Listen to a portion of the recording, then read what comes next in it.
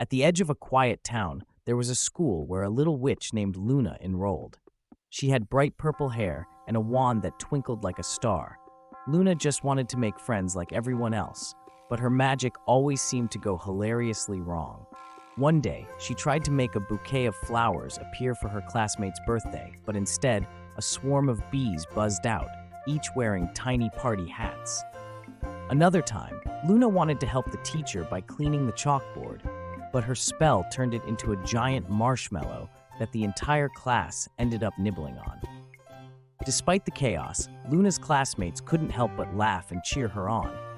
They found her spells so entertaining. They began to see her not just as a witch, but as a friend who brought magic and laughter into their lives.